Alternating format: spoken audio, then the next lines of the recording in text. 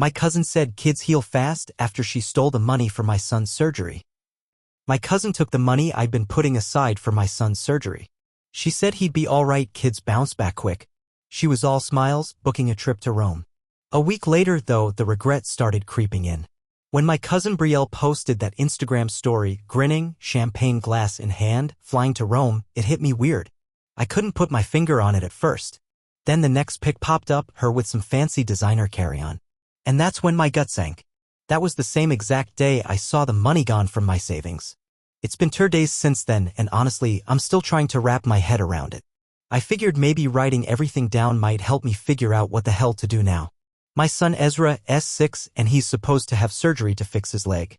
He was born with a condition that messes with how he walks.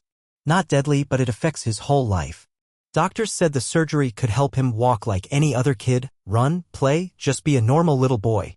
I'd been setting that money aside for 3 years. Every extra shift, every weekend I gave up, every damn holiday, straight into that fund. $15,000. Doesn't sound like much to some folks, but when you're a single dad working in a factory, it might as well be a fortune. I kept it in a separate savings account, slowly watching it grow. Ezra and I used to check the balance together, talking about all the stuff he'd finally get to do after the surgery. 2 months back, Brielle moved in with my sister Maya after she lost her job. She started hanging around our place a lot, spending time with Ezra, bringing him little gifts and snacks. Looking back now, man, the red flags were there. She kept asking about when the surgery was scheduled, how I was paying for it, what account the money was in. I figured she was just trying to be involved, maybe supportive. Last Friday during my lunch break, I logged into my account to move some money. The surgery fund? Completely wiped out. Gone. I called the bank on the spot. They told me someone had made several transfers to another account over the past few days. Small amounts, probably to keep me from noticing too soon. I felt physically sick. I tried calling Brielle, no answer. Sent a bunch of texts. Nothing. Then her Instagram stories started rolling in, first the airport, then sipping champagne, then posing in front of the Colosseum. Every single post felt like getting punched in the stomach. She wasn't even trying to cover her tracks. I called Maya right away and she was just as stunned as I was. She mentioned Rome, Maya told me, but she said she'd been saving up. She added, Logan, I swear, I didn't know anything. She used my Wi-Fi sometimes, my laptop too. I'm so sorry. Look, Dad, he said, just like where cousin Brielle is. The same damn keychain she probably bought with the money meant to fix his leg. This morning, I finally got her to answer on WhatsApp. Her profile pic? She's sitting outside a cafe, croissant in hand, grinning like she's on top of the world. When I confronted her about the money, her response made my blood boil. Oh, come on, Logan, don't be so dramatic, she said. It's not like it's some life or death surgery. He'll be fine. Kids heal fast. And I really needed this trip. You have no idea how depressing it is being unemployed. I'll pay you back eventually. Eventually. Like my son's childhood can just hit pause until she feels like doing the right thing. I've documented everything, every transfer, every timestamp, all our messages. There's no way I'm letting this slide. Brielle clearly thinks that just because we're family, she can take whatever she wants and never face the music. She's about to find out that's not how this works. Maya's helping me figure out my next move. The bank's looking into the transfers, but they warned me it might be messy. Since Brielle had access to my Wi-Fi and my laptop, she made it seem like I was the one who authorized everything. She knew exactly what she was doing, made sure it looked like those transfers came straight from my IP address. The surgery was set for next month. Now I have to make the call tomorrow and cancel it. The thought of telling Ezra breaks me. He's been crossing off days on his calendar, counting down. All he talks about is how he's gonna play soccer with his friends after the surgery. I'm not here asking whether I should press charges or go to the cops, that choice is already made. I'm heading to the police station first thing in the morning. What's tearing me up is figuring out how to tell my son his surgery isn't happening, at least not anytime soon. How do you sit your kid down and explain that someone he cares about picked a vacation over him being able to walk right? Meanwhile, Brielle's still out there acting like nothing happened. She's flooding her stories with designer stores, high-end meals, sightseeing selfies, every post geotagged, every shot paid for with the money meant to fix my son's leg. She even had the gall to post a picture of a donation box at Notre Dame with the caption, "Feeling blessed, giving back." I've muted her everywhere, but Maya keeps sending me screenshots. You need to keep a record of everything, she keeps telling me. And she's right.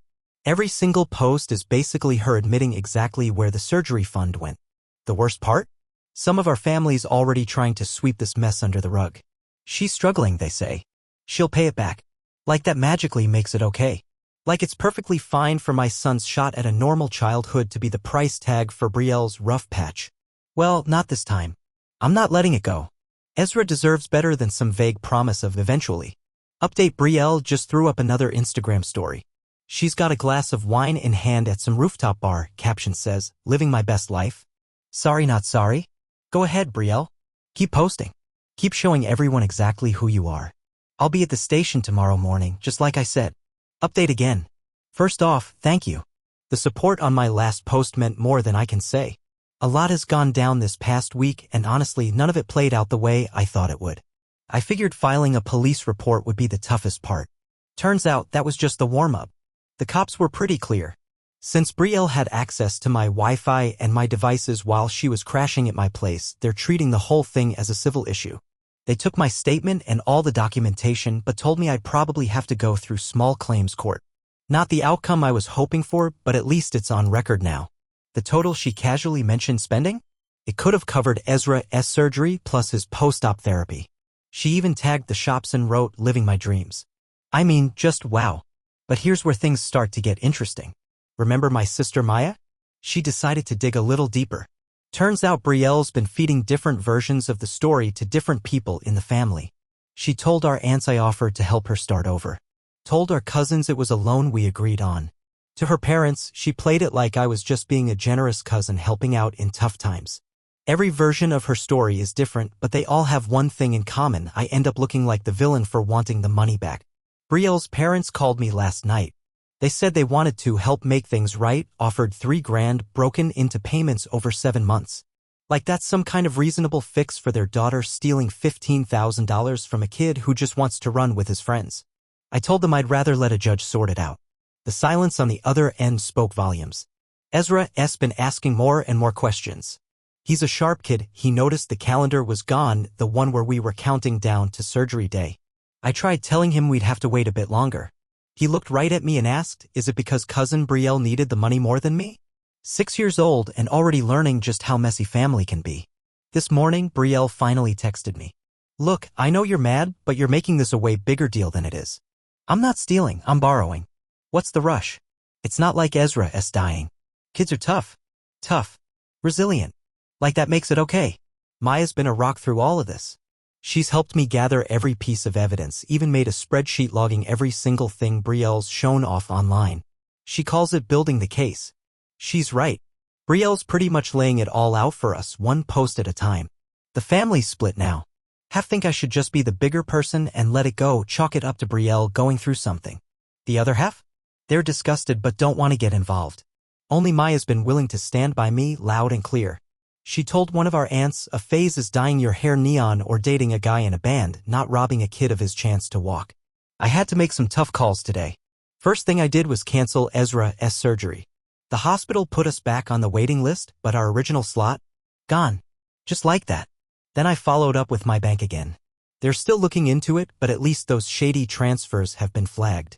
Small wins, I guess. Brielle finally picked up one of my calls today. And wait till you hear her brilliant fix for all this. She actually told me I should just set up a GoFundMe or something. Said she's not really in a place to pay me back right now. When I brought up her luxury shopping spree, the one she flaunted all over Instagram, she shrugged it off. "That's different," she said. "I needed those things for my image." Seriously. Apparently, designer heels and a new purse are essential to job hunting these days. Then tonight, she took it to another level. Posted this long Instagram story about how she's cutting out toxic people and learning to prioritize her own growth. Threw in a few motivational quotes about negative energy and letting go of those who hold you back. It would almost be funny if it wasn't so infuriating. I've got a meeting with a lawyer next week. Maya helped me find someone who does free consultations. Of course, the family's already labeling me dramatic for bringing legal stuff into family matters. But I watched my son limping after his friends at the park today, determined to keep up. That's all the fire I need. Now here's the latest. Brielle's back from Rome, and instead of keeping her head down, she's throwing a damn Rome-themed dinner party to show off her trip. Yeah, really? She even had the nerve to invite me and Ezra. The text said, "Let's move past all this drama. Ezra will love the gifts I brought him." Gifts? Like some cheesy keychains and souvenirs make up for robbing him of a shot at a normal life? The lawyer meeting's set for Tuesday. Brielle doesn't know yet, but she's about to learn what happens when someone thinks they're untouchable.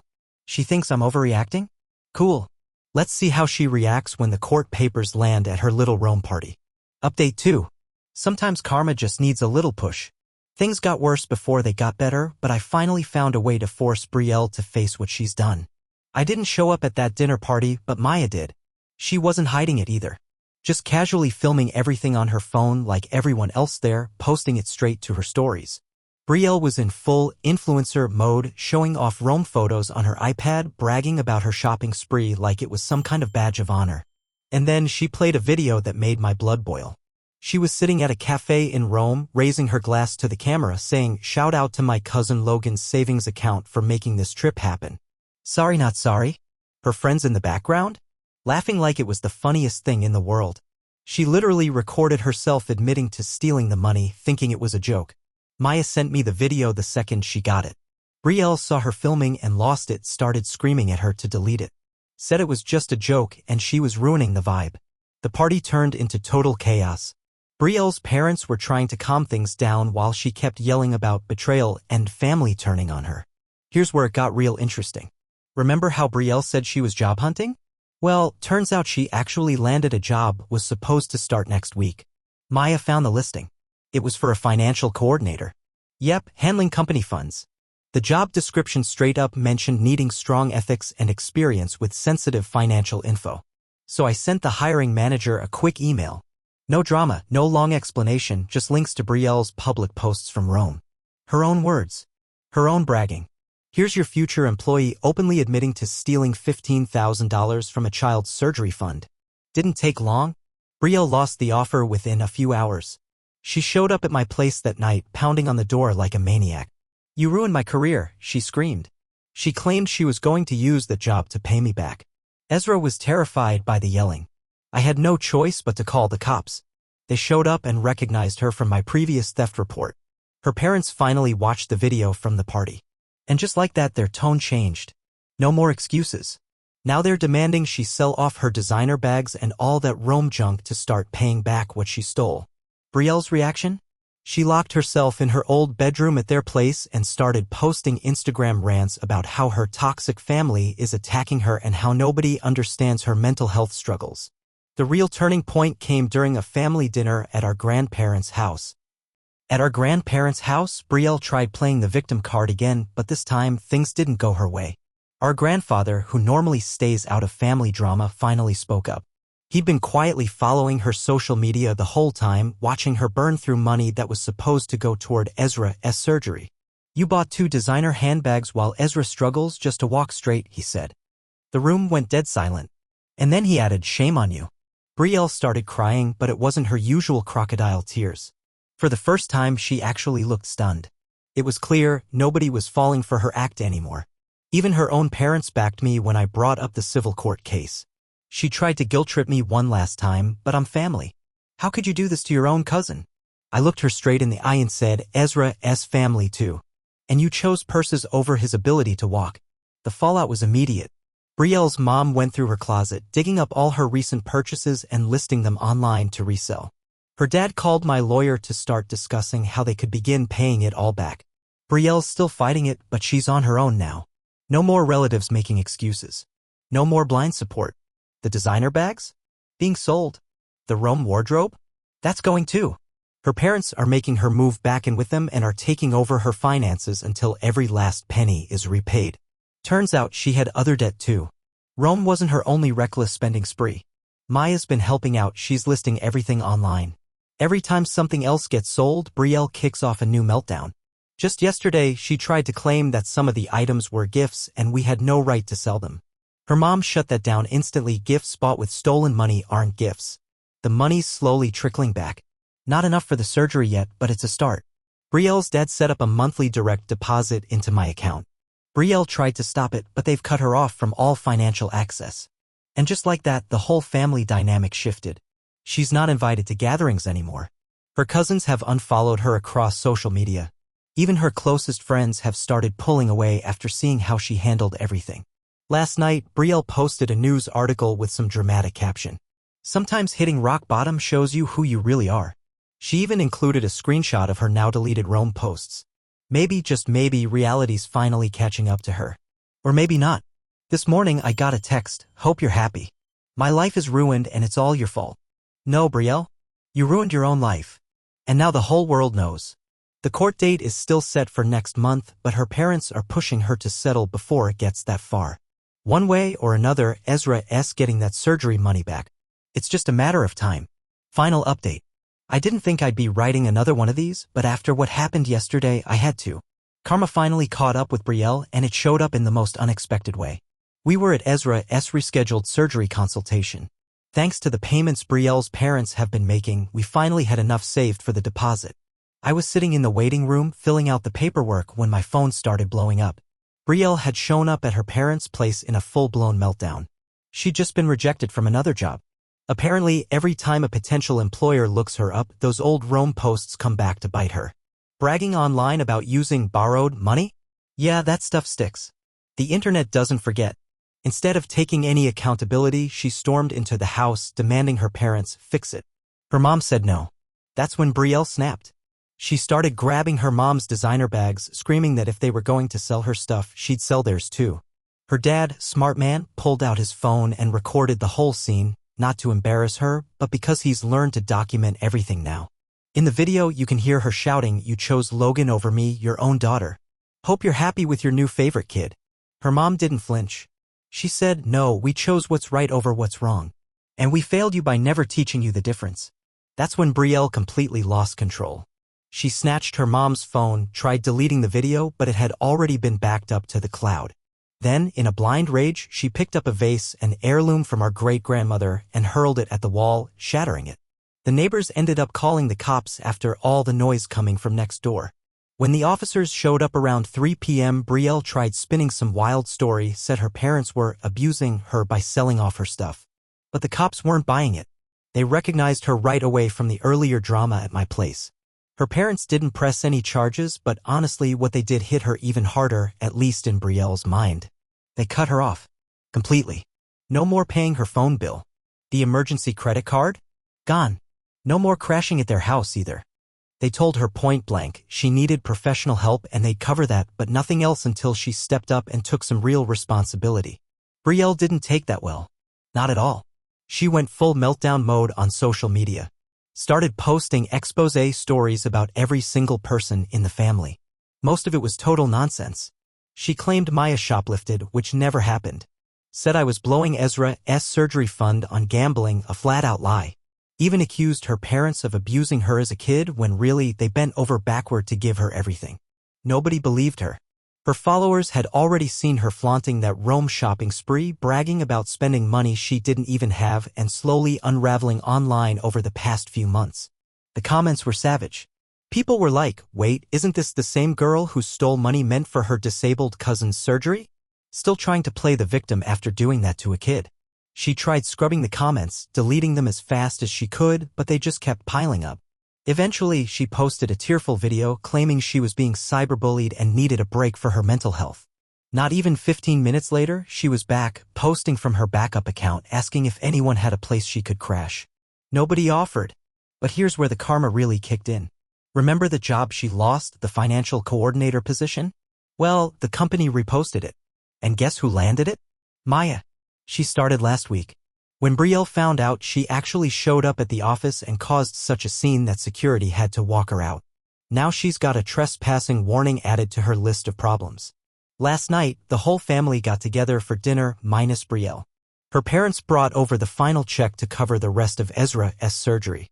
While we were sitting there, Brielle started blowing up everyone's phones, switching back and forth between angry threats and sobbing apologies. Nobody answered. Her last text to me said, "I hope you're happy. You turned everyone against me. I'll never forgive you for this." I didn't text back. I was busy helping Ezra pack his overnight bag for the hospital. His surgery's scheduled for tomorrow morning. Before they left, Brielle's mom pulled me aside. She was crying, but not out of sadness. "Thank you," she said, "for having the strength to stand up to her. We should have done it a long time ago." Then, this morning, something unexpected showed up at my door. A small package. Inside was an envelope with $3,000 in cash and a handwritten note. It read, "Dear Logan and Ezra, this is everything I have left. I sold my laptop and a few other things. I'm sorry it's not more. I'm sorry for everything. I know sorry doesn't fix it, but it's all I've got right now. Brielle." I added the money to Ezra's recovery fund. He'll need physical therapy after the surgery and every bit helps. As for Brielle, last I heard, she's crashing at a youth hostel, applying for jobs under a different name, and finally starting therapy. Her parents are sticking to their word. They'll pay for counseling, but not a dime more unless she shows real change. Ezra's surgery is in 10 hours. He's nervous, but he's also excited. This morning, he looked at me and said something that hit me right in the chest. "Dad, when I can run, I'm gonna run so fast that all the bad stuff can't catch us." Run fast, kid. You've earned it. This is the last update I'll be sharing. Thank you to everyone who's supported us through all of this. Standing up to family can be the hardest thing in the world, but sometimes it's the only way forward. Thank you for watching and sticking with me through this tough story. If you made it to the end, I really appreciate it. Don't forget to like the video and subscribe to the channel.